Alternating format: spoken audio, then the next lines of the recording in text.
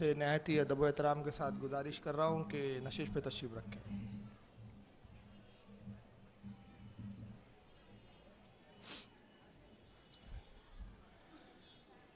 اعوذ باللہ من الشیطان الرجیم، بسم اللہ الرحمن الرحیم۔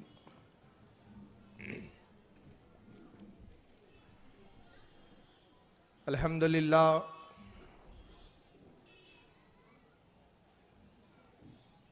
الحمدللہ رب العالمین والعاقبۃ للمتقین، والصلاة والسلام علی من کان نبی آدم بین الماء والطین۔ قال اللہ تبارک و تعالی فی القرآن المجید والفرقان الحمید، انما یرید اللہ لیذھب عنکم الرجس اہل البیت ویطہرکم تطہیرا۔ صدق اللہ العظیم و صدق صادق المصدوق علیہ الصلاۃ والتسلیم۔ ان اللہ و ملائکتہ یصلون علی النبی یا ایھا الذین آمنوا صلوا علیہ وسلموا تسلیما۔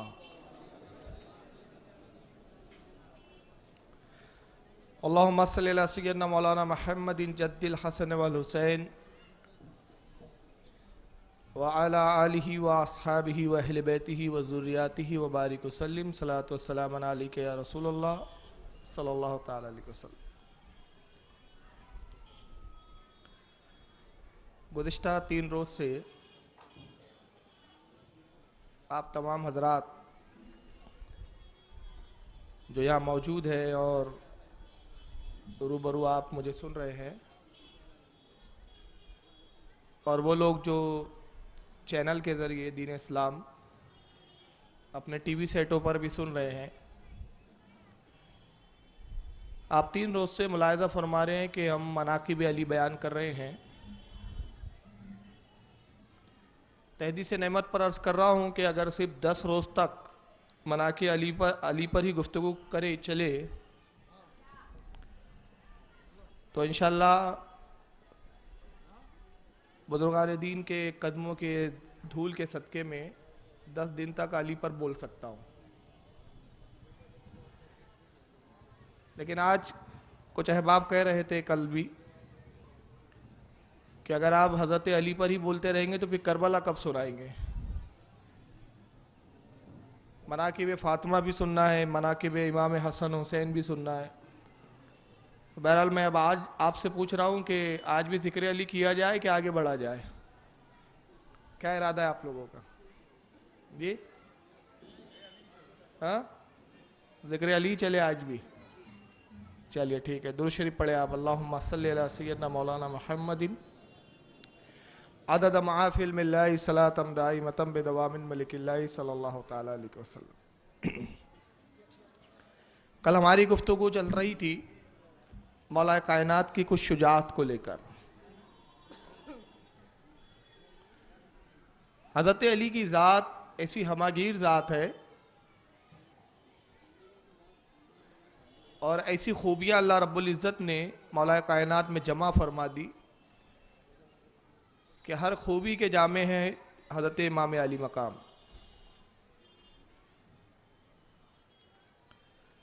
جہاں حضرت علی رضی اللہ تعالیٰ عنہ علم و فضل میں بکمال نظر آتے ہیں، وہیں حسن و جمال میں بھی بے کمال ہے، وہیں شجاعت میں بھی آپ یکتا نظر آتے ہیں، اور نبی پاک صلی اللہ تعالی وسلم سے جو قرب تھا حضرت علی کو، وہ اتنا عظیم تھا اور اتنا قریب کا معاملہ تھا کہ جو دوسرے صحابہ اکرام میں کسی کو بھی میسر نہیں آیا۔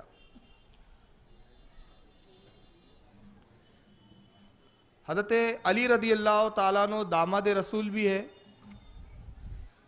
اللہ کے نبی کے بھائی بھی ہے، اور سرکار صلی اللہ علیہ وسلم کے علم کے وارث بھی ہے۔ یہاں تک کہ اللہ کے نبی نے فرمایا فضیلت میں کہ علی اور میری ایک ہی شجر سے اصل ہے۔ اور ایک مقام پہ فرمایا کہ تمام لوگوں کے خاندان، ان کے سلسلہ نسب یا ان کی نسلیں ان کی اولادوں سے چلتے ہیں. اب میری نسل جو ہے وہ علی سے چلے گی. ہمارے ہاں جو دستور ہے رشتوں کا، اولاد منسوب ہوتی ہے باپ سے. باپ کا جو خاندان ہو، باپ کا جو نسب ہو، وہی نسب بیٹے کا مانا جاتا ہے. مگر یہ واحد حضرت علی کی خصوصیات ہے کہ آپ کے اولادوں کا نسب رسول اللہ کی طرف منسوب ہوتا ہے. اتنی خوبیاں عطا کی تھی اللہ تعالیٰ نے حضرت علی کو کہ زمین و آسمان بھی اگر مناقب علی کو لکھنا چاہے تو زمین اور آسمان کو اگر کاغذ بنایا جائے اور علی کے مناقب لکھے جائے تو یہ کاغذ ختم ہو جائیں گے، لیکن مناقب علی ختم نہیں ہوں گا. اور یہ میں مبالغے میں نہیں کہہ رہا ہوں، بلکہ اس کے تعلق سے حدیثیں موجود ہے. جیسا کہ میں نے عرض کیا تھا کہ جنید بغدادی رحمت اللہ علیہ فرماتے ہیں کہ علی کو اتنا علم دیا گیا تھا، اتنا علم عطا کیا گیا تھا کہ آپ نے کچھ ظاہر کیا، سب ظاہر نہیں کیا. اور جتنا کچھ ظاہر کیا، جنید بغدادی فرماتے ہیں کہ آج ہم اسی کو سمجھنے سے قاصر ہے. اگر علی اپنے پورے علم کا اظہار کرتے تو زمین و آسمان اس کو سنبھالنے سے قاصر نظر آتے. علم کا یہ عالم، شجاعت کا یہ عالم، اور یہاں تک کہ فقر عطا کیا اللہ کے نبی نے کہ غدیر خم کے موقع پر آپ نے علی کا ہاتھ پکڑا اور فرمایا من کن تو مولا ہو فعلی مولا. جس کا میں مولا اس کا علی مولا. حجۃ الوداع کا موقع ہے، یہ آخری حج اور زندگی کا پہلا حج. نبی پاک صلی اللہ علیہ وسلم نے ایک ہی حج فرمایا. پہلا بھی حج ہے رسول اللہ کا اور آخری بھی ہے. حج سے فارغ ہونے کے بعد جب رسول اللہ تشریف لاتے ہیں اور مدینے کی طرف کوچ کر رہے تو ایک مقام آتا ہے غدیر خم،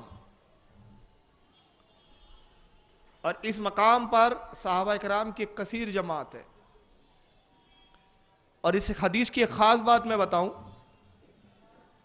یہ واحد دنیا کی پہلی حدیث ہے کہ جس کی روایت کے وقت یا رسول اللہ کی زبان اقدس سے جب اس حدیث کے الفاظ ادا ہوئے تو اس کی روایتوں میں، اس کے راویان میں صرف صحابہ ہی نہیں ہے بلکہ صحابیات بھی شامل ہیں. صحابیات بھی موجود ہیں، صحابہ کی عورتیں بچے بھی ہیں، خود صحابہ بھی ہے. ایک کثیر جماعت ہے. علماء نے کہا کہ یہ جماعت 7,000 سے لے کر الگ الگ تعداد بیان کی، بلکہ بعد نے تو یہاں تک لکھا کہ 1,24,000 صحابہ اکرام تھے. اتنی کثیر صحابہ کی جماعت. اور بلال کو اللہ کے رسول نے حکم دیا کہ بلال جاؤ اذان پکارو. حضرت بلال نے اذان پکاری، اور یہ اذان اس لیے پکاری گئی کہ اذان صرف نماز کے لیے نہیں ہوا کرتی تھی، بلکہ بعض وقت جب رسول اللہ کسی خاص بات کو اپنی امت تک پہنچانا چاہتے تھے تو اذان کے ذریعے بلایا جاتا تھا. جب صحابہ کرام نے بلال کی اذان کے الفاظوں کو سنا، آواز کو سنا، سمجھ گئے کہ نماز کا موقع تو نہیں ہے، یہ اذان دی جا رہی یقیناً کوئی خاص بات ہے. ایک میدان میں سب جمع ہو گئے. اللہ کے رسول صلی اللہ علیہ وسلم علی کو آواز دیتے، کہاں ہے علی؟ حضرت علی قریب آتے ہیں، اور جب قریب کیا تو انداز تکلم دیکھے رسول اللہ کا. یہ نہیں کہا کہ علی کی میں جو فضیلت بیان کر رہا ہوں اس کو سنو، پہلے فرمایا کہ کیا میں تمہارے نفسوں سے زیادہ تمہارا مالک نہیں ہوں؟ صحابہ عرض کرتے یا رسول اللہ بے شک آپ ہمارے نفسوں پر ہم سے زیادہ آپ مالک ہیں. فرمایا کیا میں تمہاری جان سے زیادہ قریب نہیں ہوں؟ صحابہ عرض کرتے یا رسول اللہ آپ ہماری یقیناً جان سے زیادہ قریب ہے. کہا کیا جو اللہ نے مجھ پر نازل کیا میں نے تم تک نہیں پہنچایا؟ صحابہ نے کہا بلا بے شک آپ نے پہنچا دیا. کہا سنو، جس کا میں مولا علی اس کا مولا، جس کا میں مددگار اس کا علی مددگار، جس کا میں آقا علی اس کا آقا، جس کا میں سردار علی اس کا سردار۔ جب صحابہ نے یہ اعلان سنا تو سب سے پہلے حضرت عمر رضی اللہ تعالیٰ عنہ حضرت علی کی طرف بڑھتے ہیں، حضرت علی سے مصافحہ کیا، اپنے ہاتھ کو حضرت علی کے ہاتھ میں دیا اور کہا علی، عمر ابن خطاب کی جانب سے مبارکباد قبول کیجئے، آج سے آپ پوری کائنات کے مولا ہو گئے ہیں۔ آپ صرف اس جگہ کے موجودہ صحابہ کے مولا نہیں ہیں، بلکہ قیامت تک جتنے مومنین ہیں سب کے مولا ہے، سب کے آقا ہے۔ میں مبارکباد پیش کرتا ہوں، پھر یک کے بعد دیگر صحابہ مبارکباد پیش کرتے رہے۔ اب چونکہ صحابہ سے لے کر قیامت تک جتنے انسان تھے، ہیں اور آئیں گے، سب کے مولا حضرت علی ہے، سب مومنوں کے مولا علی ہے، کیونکہ نبی نے فرمایا کیا میں مومنوں کی جان سے زیادہ قریب نہیں ہوں؟ لفظ یہاں مومن کا آپ نے انتصاب کیا ہے، انتخاب جو لفظ کا ہوا ہے یہاں پر مومن، تو اب مومن میں تو فرشتے بھی ہیں، مومن میں جو ہے جنات بھی ہے، مومن میں ملائکہ بھی ہے، حورے بھی ہے، اور مومن میں صرف انسان ہی نہیں ہے بلکہ جتنی پوری کائنات ہے یہ سب مومن ہے، کیونکہ یہ اللہ کے حکم کے تحت چلتی ہے۔ تو اب یہ پوری کائنات جو اللہ کے حکم پہ چل رہی ہے سب مومن ہے، اور رسول نے کہا کہ میں ہر مومن کی جان سے زیادہ قریب، ہر مومن کے نفس سے زیادہ قریب، اور جس کا میں مولا علی اس کا مولا۔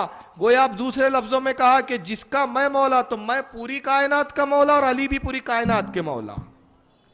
اب پوری کائنات کی چونکہ مولا اس لیے کہا جاتا ہے مولائے کائنات۔ اب کچھ لوگوں کو بڑا اختلاف ہوا اس لفظ سے، کہا مولا تو اللہ ہے،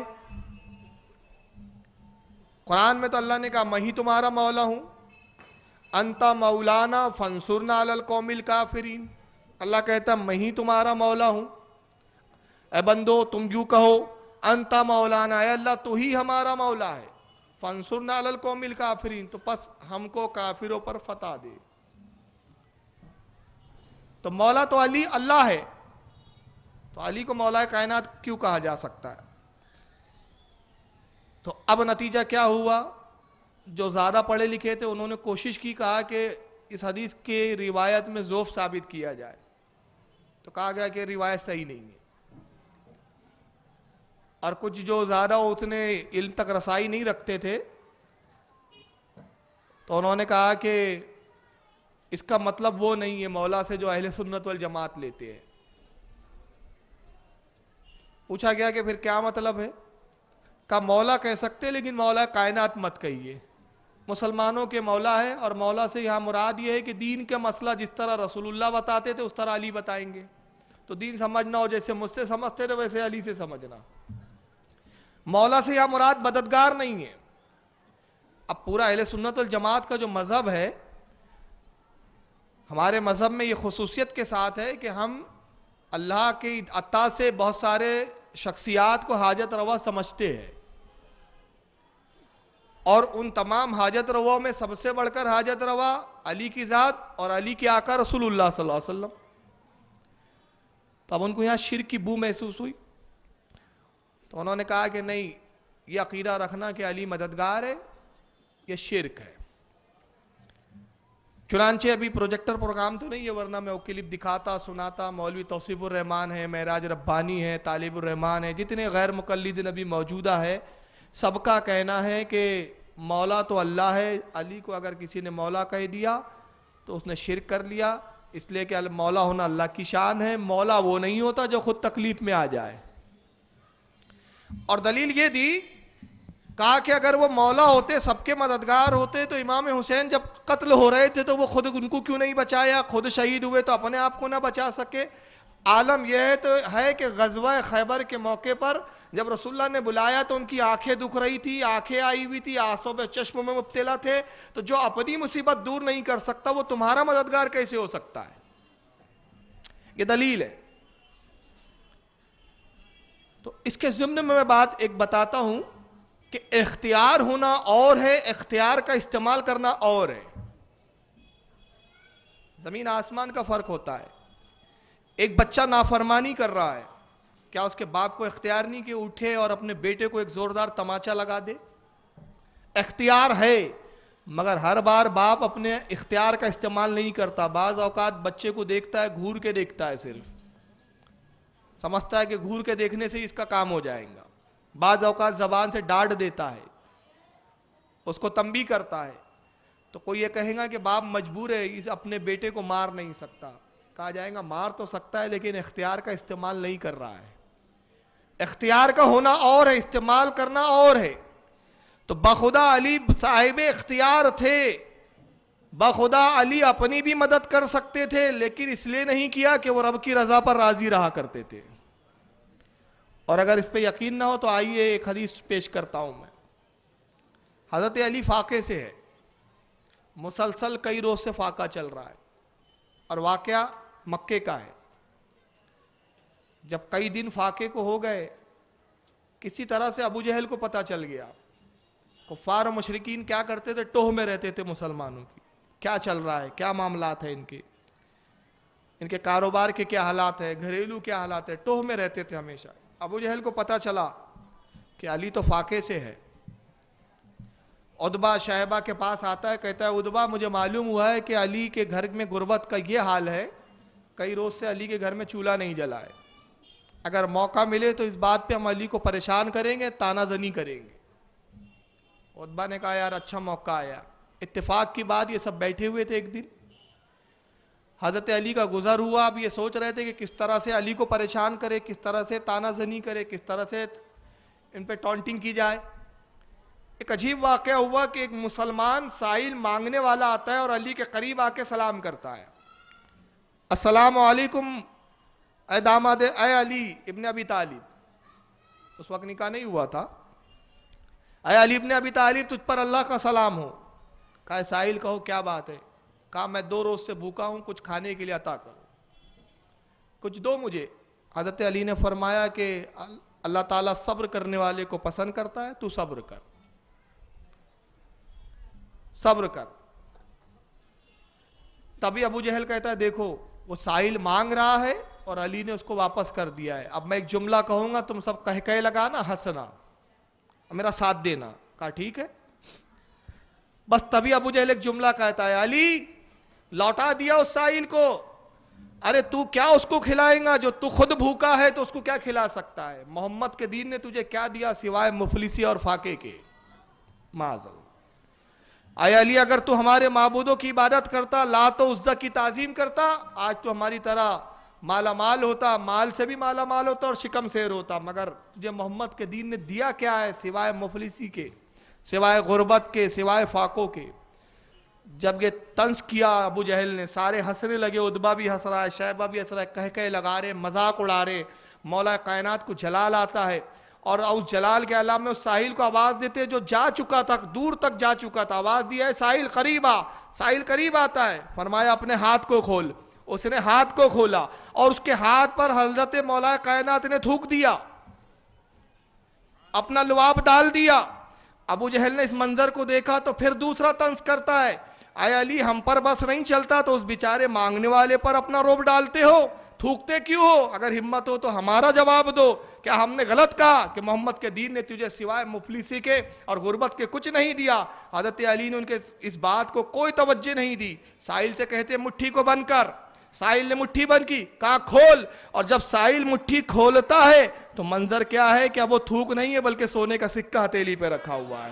فرماتے قسم خدا کی میں وہ ہوں کہ اگر تھوک دوں تو سونا بنا دوں، مگر میں رب کی رضا پر راضی رہتا ہوں.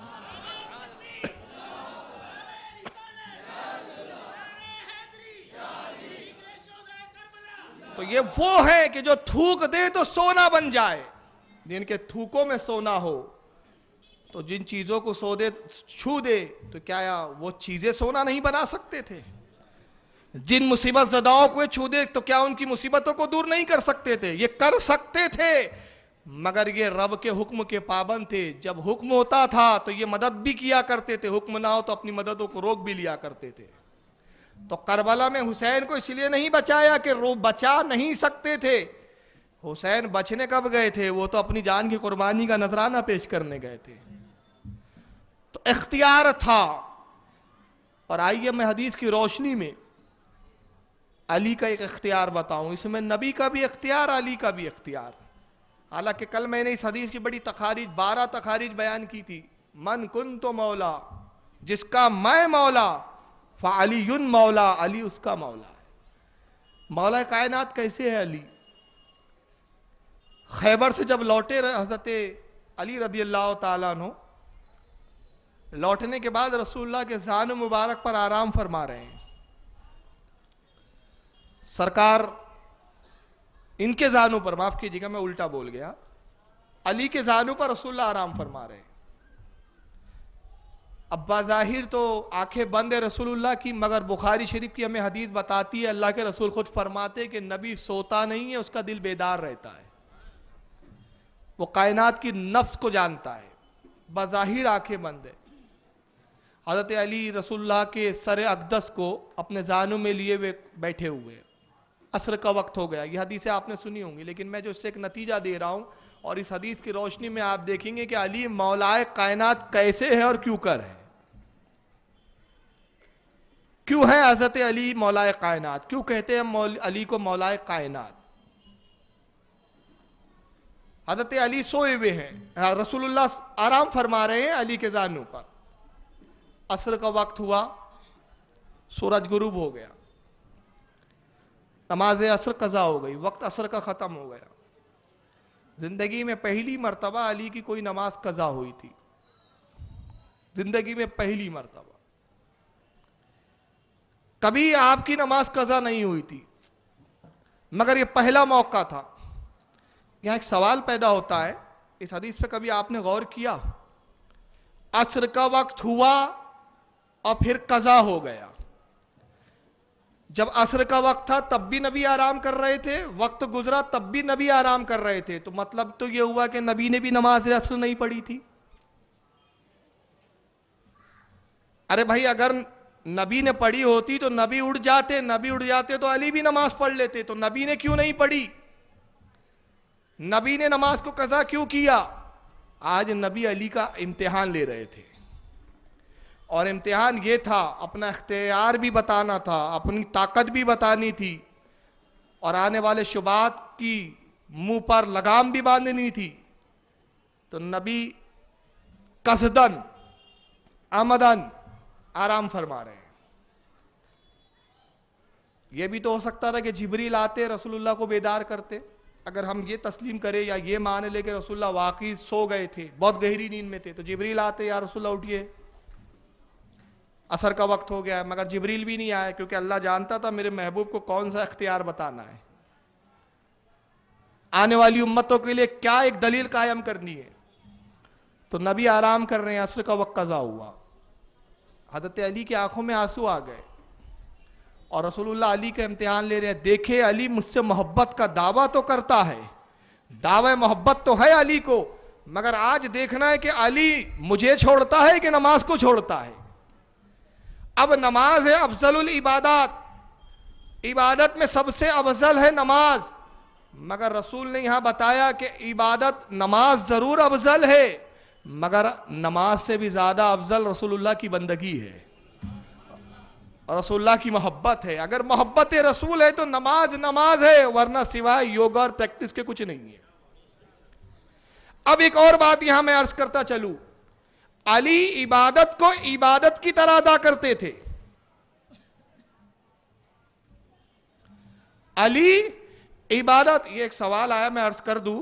حضور صلی اللہ علیہ وسلم کے ساتھ درود شریف پڑھیں تو صلی اللہ علیہ وسلم، میں اس تعلق سے ایک مسئلہ بتا رہا ہوں. دیکھیے، بیان کی جو روانگی ہوتی ہے اس میں کئی بار جیسے میں علی علی کہہ رہا ہوں تو رضی اللہ عنہ نہیں کہہ رہا ہوں، تو یہ بے ادبی نہیں ہے. کیونکہ مسئلہ یہ ہے کہ مجلس میں ایک بار امام طحاوی رحمۃ اللہ علیہ فرماتے ہیں کہ مجلس میں جب رسول اللہ کا نام آئے ایک بار بھی اگر درود شریف پڑھ لیا تو واجب ادا ہو گیا، بار بار پڑھنا مستحب ہے.